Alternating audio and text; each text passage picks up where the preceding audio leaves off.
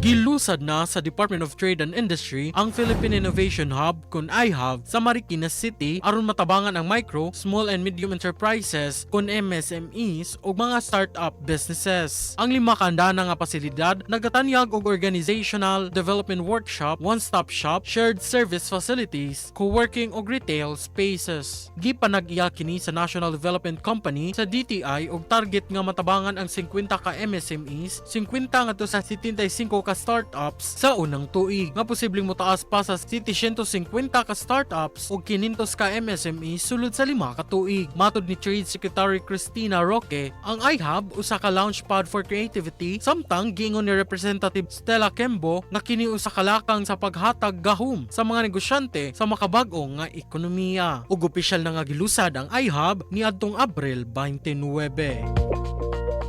Kini sa Idol Kenny sa 93.9 IFM, di kapugnan sa pagatod sa mga nagunang balita. Tatak IFM Balita!